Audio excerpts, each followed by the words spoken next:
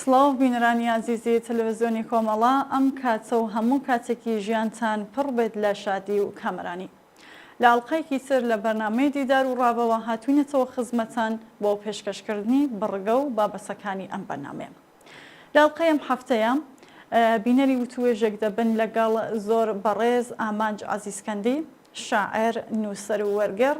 سەبارەت بە وەرگێڕانی کتێبی چرایەک لەسەر ماینکۆ، یەکێک لە بەرهەمە بەناوبانگەکانی بەڕێز مەنسوور یاقوتی لە گۆشەنیگای جۆراوجۆرەوە و چەند پرسیارێک ئاراستەی کاک ئامانج عەزیزکەندیەکەین. بەو هیوایە ناوڕۆکی بەرنامەکە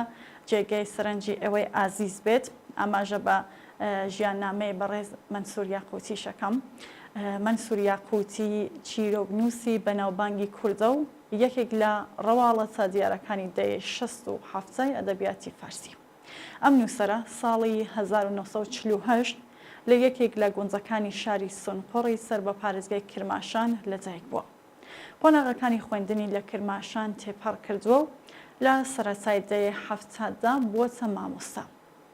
مەنسوور یاقوتی ساڵی 1970 و لە دوای شۆڕشی گەلانی ئێران بەبێ ئەوەی هیچ سکاڵایەک لە دژی تۆمارکراپێت لەسەر کارەکەی لابرا و لەمە بەدووە پیشەی جۆراوجۆری هەبوو لەگەڵ کاری نووسین کرێکاریشی دەکرد. نووسراوەکانی یاقوتی بەهۆی ڕستەی کورت و سەربەخۆ بەبێ ئەوەی لاسای کەس بکاتەوە دەکرێت پێی بڵین چخۆفی ئێران. ئەم ڕستەیە نووسەری ناوداری ئێرانی عەباس معروفیە لە وەسفی مەنسوور یاقوتیدا. ئەم نووسەرە بەهۆی وەسفی فەزای گوند و ژیانی گوندنشینان و چینی چەوسا و هەروەها بەدەستەوەزانی وێنەیەکی ڕیالیستی و ڕەخنەگرانە لە کۆمەڵگەی گوندی ڕۆژهەڵاتی کوردستان پێگێکی بەهێزی لە ئەدەبیاتی گوندی و هەروەها ئەدەبیاتی هەرێمی نەوشەکانی باشووری ڕۆژهەڵاتی کوردستاندا هەیە. ئەم نووسەرە لە هەندێک بواری دیکەشدا چالاک بووە، بۆ نمونە کۆکردنەوەی ئەفسانەکان، توێژینەوە سەبارەت بە ئەدەبی فۆلکلۆر و شانامەی کوردی.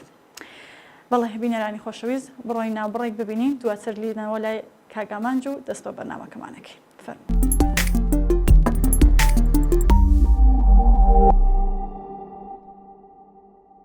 بەڵێ کاک ئامانجمان لەگەڵە. کاک ئامانج سڵاوت لێبێ و زۆر سپاس کە بەشدارن لەم بەرنامەیە. سڵاوی گەرمیش بۆ ئێوە و هەموو پێکهێنەرانی ئەم بەرنامەیە و هەروە سڵاوی گەرمم هەیە بۆ بیسەران و بینەرانی کۆمەڵە تیڤ.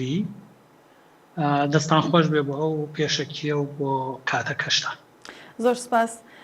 کاک ئامانج، بەڕێستان مەنسوور یاقوتی چۆن پێناساکەن؟ چی دەڵێن لەبارەی کاک مەنسوورەوە؟ کاک مەنسوور یاقوتی زۆری لەسەر نووسراوە، کەسانی گەورە لەسەریان نووسیوە. یەکێک لەوانە کە زۆر ئاستێکی مەزنی پێداوە عەباسی میلانیە کە بە چخۆفی ئێران ناوی دێنێ. دیارە کاک مەنسوور دەیەی چلی میلادی واتە ساڵی 1327 ئێرانی لەدایک بووە. کاک مەنسوور یەکێکە لە نووسەرە هەرە بە تواناکانی سەردەمی خۆی، بە تایبەتی دەیەی 60 میلادی و دەیەی 70 دەنگدانەوەیەکی زۆر و زۆر خوێندرایەوە بە چەندین کتێب کە یەکیان بە تایبەتی گوڵخاس و ئەو کتێبە کە من تەرجەمەم کردوێتەوە کە ساڵی 53-52 ئەوانە لە چاپترا، دەنگدانەوەیەکێک جار زۆری هەبوو. دیارە کاک مەنسوور لە ناوچەی کرماشان ئەویش وەکو دەروێشیان و لاهوتیەوانە یەکێکە لە نووسەرە هەرە دیارەکانی نەک کوردستان بەگشتی ئێران، ئەوە بە تایبەتی ئەو سنەتی چەپەی کە بە تایبەتی لەو دەیانەدا لە دەیەی 50 و 60 و 70دا کە کاراکتەر و نووسەرە هەرێ بەناوبانگەکانی ناوچەکانیان پێبدێنە، یەکێک لەوانە و بە تایبەتی لە نووسینی ڕستەی کورت و مانای بەرزدا زۆر بەنێوبانگار بووەش عەباسی میلانی ئەم پێناسەی کردووە. بۆ من کاک مەنسوور یاقوتی یەکێک لەو نووسەرە هەرە نزیکانەیە کە زۆر سەمیمی و زۆر خۆمی تێدا دەدۆزمەوە ڕەنگەوەش بە کۆمەڵێک هۆبێک کە ڕەنگە لە داهاتوودا لە درێژەی بەژەمەکەدا باسی بکەین. زۆر سپاس کاک ئامانج. چۆن بوو بەوا پرسیارەکەم بکەم کە چۆن بوو ئاوەڕت لە بەرهەمەکانی ئەودایەوە بەگشتی وە ڕۆمانی چرایەک لەسەر ماینکۆت هەڵبژارد بۆ وەرگەڕان؟ بەڕاستی ئەوە دەبێت لەو پرسیارە سپاس بۆ ئەو پرسیارە کە بوو بەهۆی ئەوەی کە من یادێک بکەم لە شاعری هەرە خۆشەویست و هاوڕێی نزیکم کاک ڕەحمانی تەرەغا ساڵەکانی 93 و 94 کە تازە ئەنجومەن ئەدەبیەکان پێکاتن کوڕ و کۆمەڵی ئەدەبی یەکجار زۆر گەرم و گوڕ بوون لە هەموو شارەکانی کوردستان. تازە لەو دیوی کوردستانی باشوور ڕاپەڕینێک کرابوو هیوای بەرز لە گەشابوونەوە و تێکەڵاویەک هات بۆ ئاراوە کۆمەڵێک کۆڤاری نوێ هاتبوون ئاراوە. کاک ڕەحمانی تەرەغەیەکێک لەو سەنتەرە زۆر گرینگانە بوو کە زۆربەی هەرە زۆری نووسەران و شاعیرانی بە تایبەتی لە بۆکان لێک دەبەستەوە. من لە ماڵی ئەوان زۆر لە ماڵی شخصی ئەوان زۆرێک لەو نووسەران و شاعیرانی کە وەک خەونوا بوو بیان بینم و کاک ڕەحیمی لوقمانی و ئەوان لەوێ بینیم. ئەو زستانی ساڵی 95 ئەم کتێبەی پێدا وتی بیخوێنەوە کە خوێندمەوە ینی هەستم کرد بۆ خۆمیەکێک لەو کارێکتەرانم ڕەنگەمەش بە چەندین هۆبێت کە لە پێشدا ئاماژەم پێکرد. کاک مەنسوور یاقوتی خەڵکی گوندە ئەم ڕۆمانە باز لە کێشەکانی گوندەکە. ئەم کێشانە ڕەنگە لە سەردەمی مندا ڕەنگێکی دیکان بوو بێ بەڵام بێڕەنگ نین لەو ڕەنگی گێڕانەوەیەی کە ئەو لە ئەم ڕۆمانی ماینکۆدا چراگ لەسەر ماینکۆدا گێڕاوێتەوە. دابوو نەریتەکان سونەتەکان و ئەو گێڕانەوە خۆشە سادەیەی کە گێڕاوێتەوە زۆر منی گرت و هەر ئەو کات بڕیارمدا کە تەرجەمەی بکەم و تەرجەمەم کرد. تقریبا 2 مانگم پێچوو تا تەرجەمەی بکەم. یەکێک لەو هۆیانش کە زۆر هانی دام ئەو دەم بەش کە تەرجەمەم دەکرد لە ئەنجومەنی ئەدەبی بۆکان هەفتانە دەم خوێندەوە بە پێی بەرنامە زۆر پێشوازی لێکرا. ئەمە زۆر دڵخۆشی کردم کە بەردەوام بم وە لە ڕێگای ئەوەوە لە ڕێگای کاک ڕەحمان یەکەم جار ئەم ڕۆمانەوە من کاک مەنسوور یاقوتی بناسی و بە شوێن شتەکانی دیکەی کەوتم. بەداخەوە ساڵێک دوای ئەوە من ئەوە بووم ئاوارە بوو هەڵاتیم بەهۆی ئەمنیەتیەوە. خۆشبەختانە من ئەو تەرجەمەیەمدا بوو بە خزمێکمان لە مەهابەد کە چاوی لێ بکە پارێزرا کە ئیتلاعات هاتبوون و کتێبخانەکان بوو ئەو ماوە دواتر لە کوردستانی باشوور بەدەستم گەیوەش بۆ خۆی بەسەرهاتێکی زۆرە کە ئەم کتێبە بۆچی دوای 28 ساڵ چاپ بووە. هەرچەند ساڵی 99 لێرە لە باشووری کوردستان لە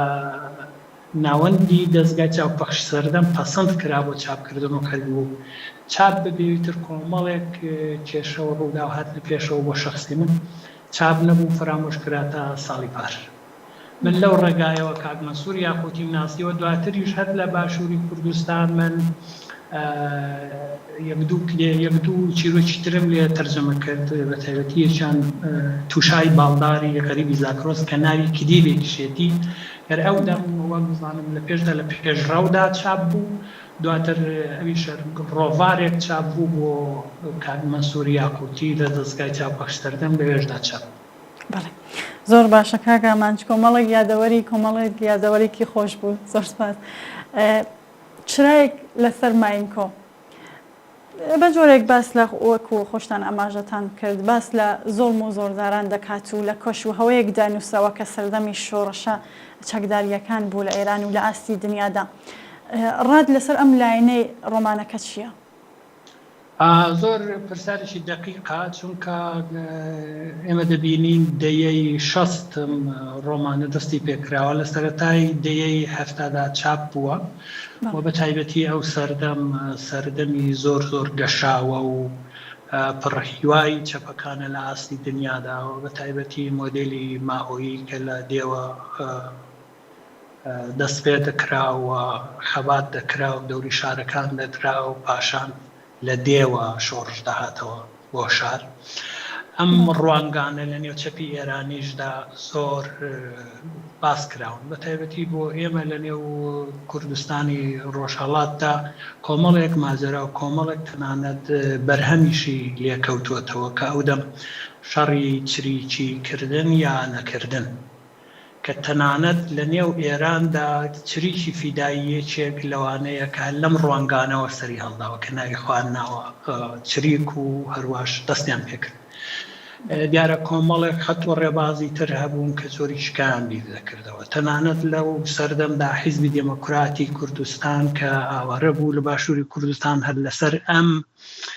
بۆچوونانە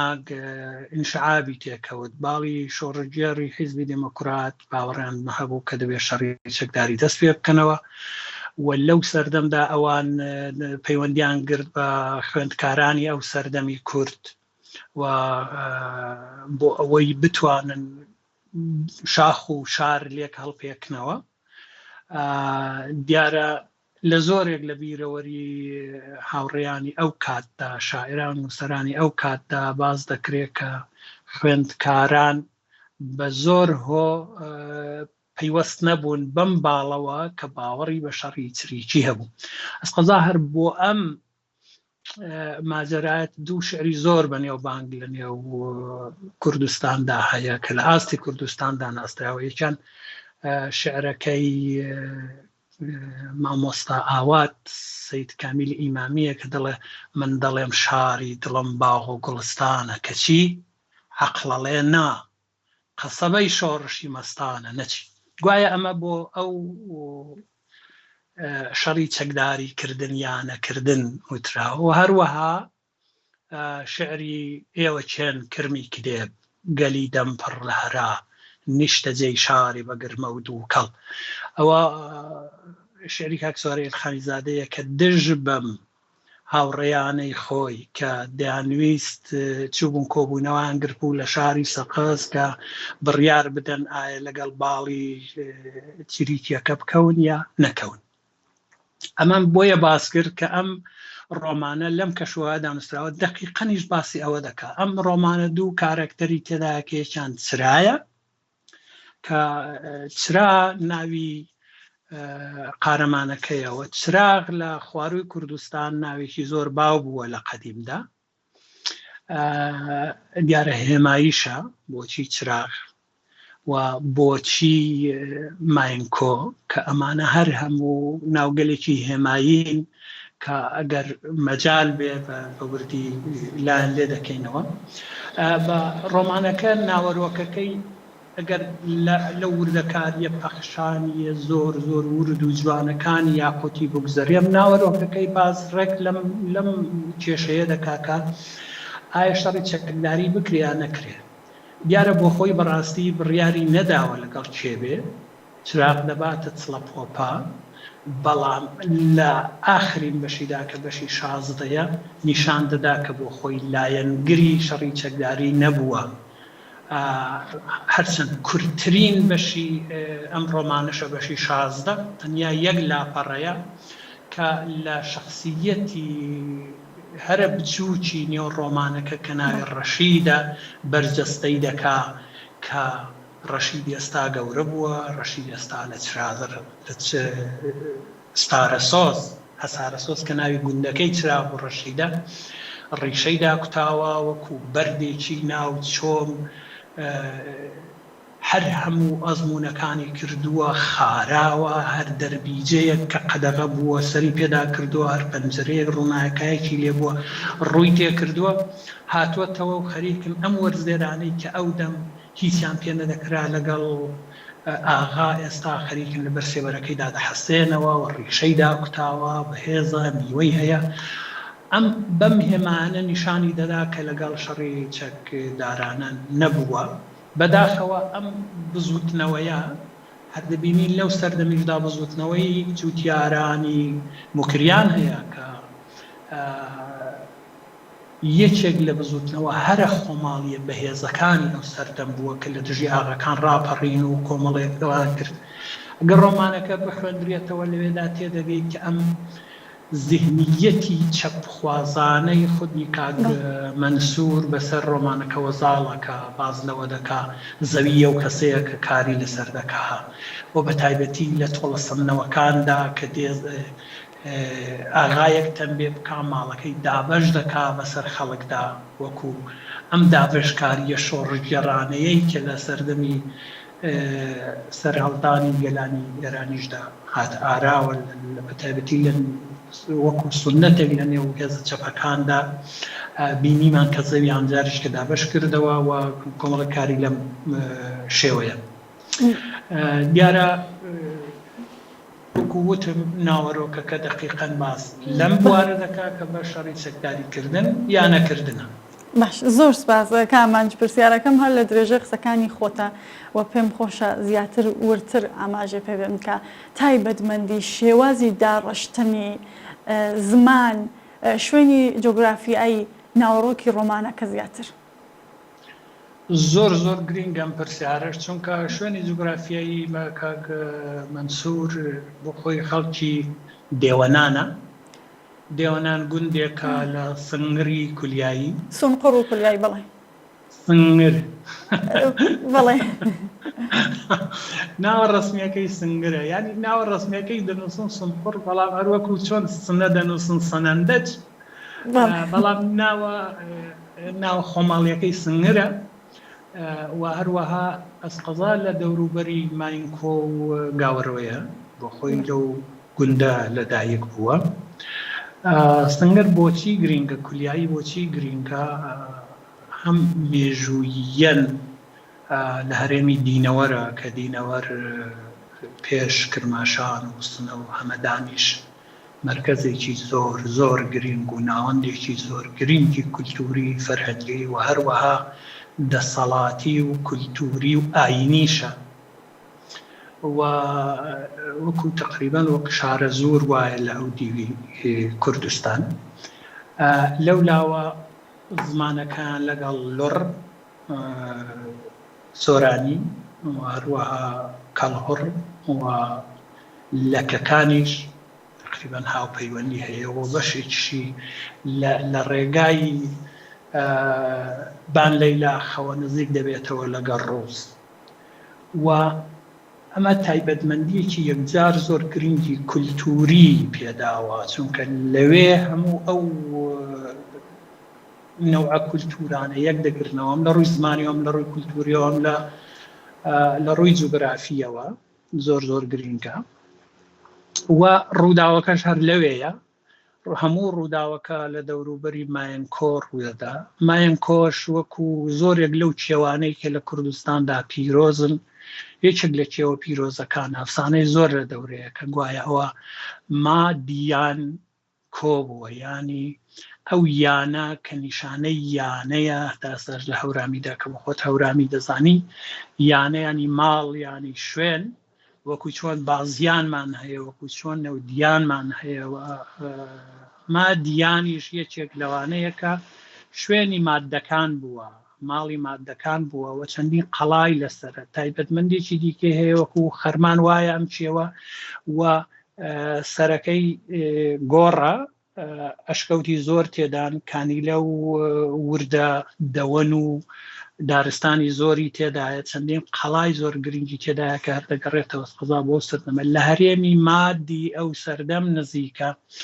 لەو هەرێمانە نزیکە کە ئەفسانەی گرنگی کوردیان تێدایە وەکو شیرین و فەرهاد و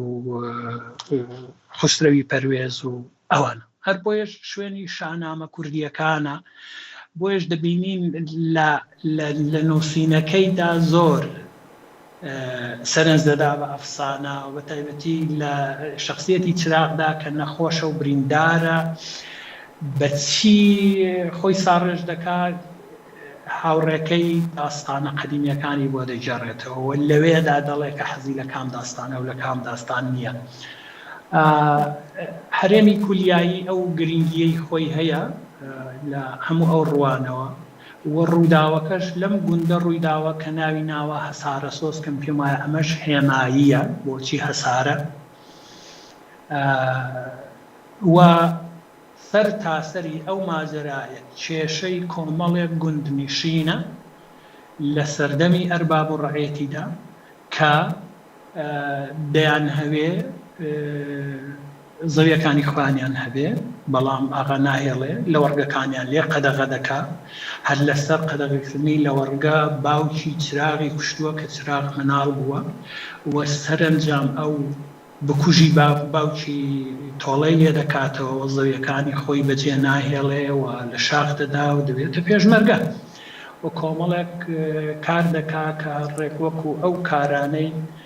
کە هێزە سیاسەکان دواتر کردیان خەڵکی پێوە هەڵدەنیشێ پاشان دواتر چراغ بەبێ ئاگایی ئەمە دەکا بەڵام دواتر لەوێ کۆمەڵێک کەس دێنە دەوروبەری کە بیر دەکاتەوە سەزا یەکەم شەو کە بۆ خۆی بیر دەکاتەوە نەخشەدا دەڕێژێت کە دەبێت چ بکە نەخشەکانی زۆر سادە و بێفکرن بەڵام کۆمەڵێک شتیان تێدایە کە مرۆ دیانخێنێتەوە کە ڕەنگامە بیری نووسەر بێ کە پێیدا بێ بۆیە مادەراکە بۆیە من لە یەکەم جاردا وتم زۆر خۆم تێدا دۆزیەوە هەر هەموو ئەو کێشانەی کە لەم ڕۆمانەدا ڕوودەدا لە کوردەواری شوێنەکانی وەک پایزاوە وەکو گاوەڕۆ وەکو کۆمەڵێک گوندی دیکە وەک ناوەکانی ناوخاس و جەیران و ئاهو دواتر کۆمەڵێک بەندوباوی کوردی تێدایە ئیدیۆمەکانی کوردی مەسەلەن کەنگر و جێلاخەکردن هۆرە وتن گۆرانی وتن بە کوردی و سنەتی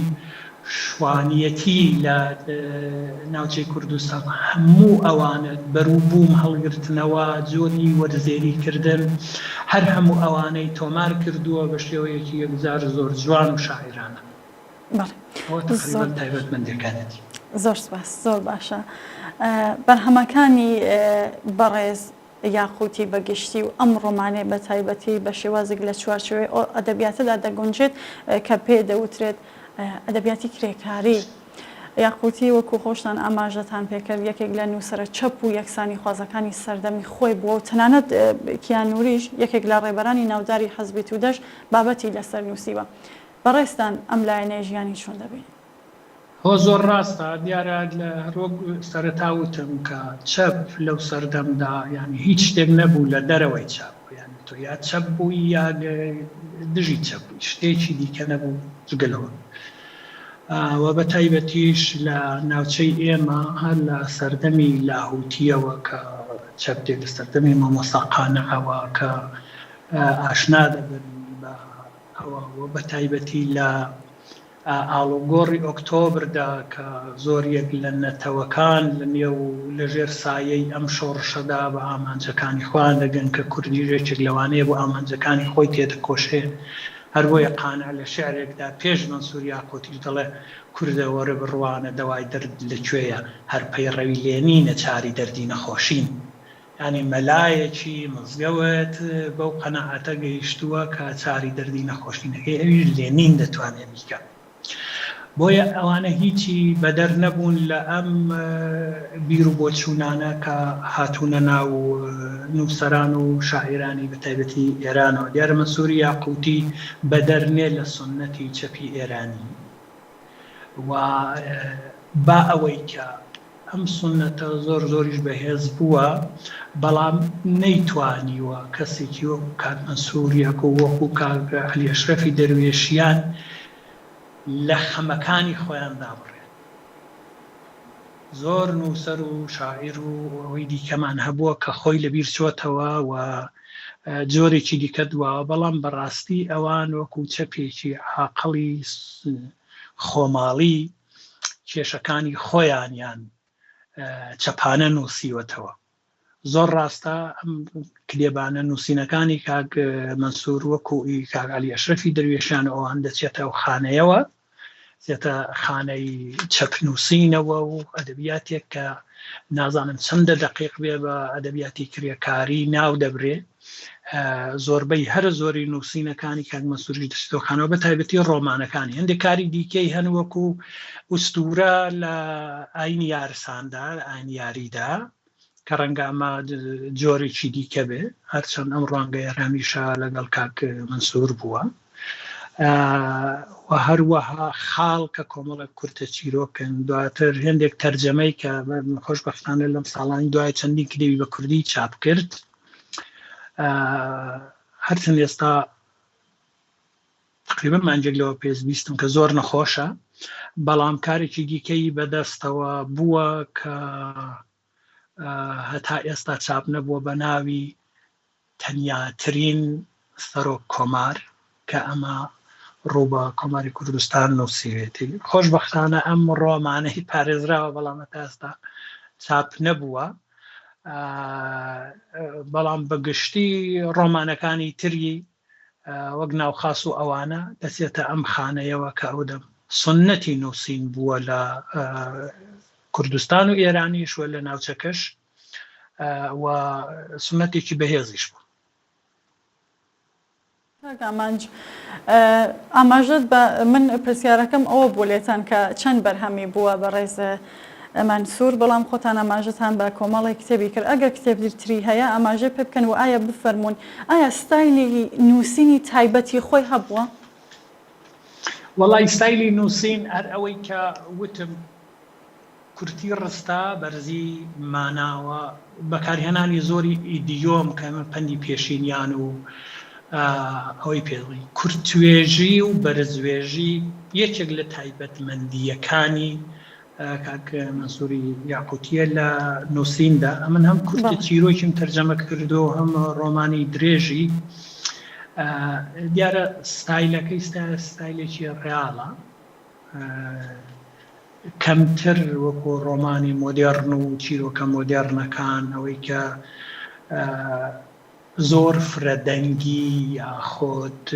شکاندنی زەمان و کاتەکان گەڕانەوەکانی تا ڕادەیەک ڕێعالن و بەرزترین تایبەتمەندیشی ئەو تایبەتمەندیە کە ڕستەی کورت و بەرزیمانە وە ڕەوان بێژیش هەڵبەتە ئەوە تایبەتمەندی زۆربەی هەرە زۆری ئەم نووسەرانەیە کە غەیری زمانی فارسین و فارسیان نووسیوە هەم کاک عەلی ئەشرەفی دەروێشیان وایە هەم محەممەدی قازی وایە هەم ئیبراهیمی یۆنسی وایە کە کاک ئیبراهیمیش یەکێک لەوانەیە کە بەڕاستی جێگە ئاماژەیە کەویشە دەستێتە ئەم خانەیەوە کەمیشە چەپنووس بوو کەسێکی چەپ بوو و زۆربەی هەرە زۆری ڕۆمانەکانی ئەویش کە کەم نین و دەتوانم بڵم لی کاک مەنسوور و ئەوانیش زیاترن هەڕێک باسی ئەو خەمە دەکات کە بۆ خۆی تێیدا ژیاوە کە کوردەواریە و زۆر زۆر بەرزنووس و جواننووس. زۆر سپاس کاگامانج من پرسیارێکی تایبەتم نییە لە کۆتاییدا ئەگەر بۆ خۆتان ئەتانەوێت ئاماژە بە شتێک بکەن کە پێتان خۆش بۆ لە توولی بەرنامەکە ئاماژە پێ بدەن بفەرموون. وەڵی دەستان خۆش بێ زۆر زۆر سپاس من ئەگەر شتێکی تایبەتم مابێ ئەوەیە کە کەسانی وەکو کاک مەنسوور ئەوان بە تایبەتی لە کۆمەڵگای ئەدەبی ژووروی کوردستان کە سۆرانی نووسن کەمتر ئەو هەرچەند ئێستا وەکو ئەو کات نەماوە کە ئێمە پێمانەوە بۆ کوردستان نەسمە کۆتایی دێ کۆمەڵگای سۆرانی نووسی ژوورو یا ناوەڕاستی کوردستان دەستیان بە کۆمەڵێک شت ڕادەکا کە لە درێژایی ئەم 100 ساڵەدا وەکو چاپخانە چاپەمەنی ڕاگەیاندنەکان من داوا دەکەم کە یارمەتی ئەم جۆرە کەسانە بدەن کە لە خواروی کوردستانن بە ئەوەی کە زوڵمی دەوڵەت نەتەوەکانی ناوچەوای کردووە کە ئەوان نەتوانن بە زمانی کاراکتەری ڕۆمانەکانی خۆیان بنووسن یعنی کارکتەری ڕۆمانەکانی خۆیان یانیان نەتوانیەوە بە زمانی خۆیان وەدەنگ بێنن کە ئەمەش زوڵمێکە لیان کراوە ئاوڕان لێ بدەنەوە پەیوەندیان پێوە بگرن و هەلیان بۆ بڕەخسێنن کە بتوانن پەیوەست بن بە ئەم کۆمەلگایەوە کە ئەوان تا ڕادەیەک دەستیان بە هێندێک ڕاگەاندن و بڵاوکراوەکان ڕادەکەن. زۆر سپاس کاگامانج، زۆر خۆشحاڵ بووم کە بەشدار بووی کۆمەڵی یادەوەری کۆمەڵێک ڕستەی جوانیش. زۆر سپاس. زۆر سپاس بۆ ئێوە و هیوادارم هەردەم بەردەوام بن. زۆر سپاس. بەڵێ ئازیزان و بینەرانی خۆشەویست، زۆر سپاس بۆ ئێوەش کە تاکوێستا بینەرمان بوون تا بەرنامەیەکی دیکە و هەفتەیەکی تر و دیدار و ڕاوێکی تر ماڵاوە.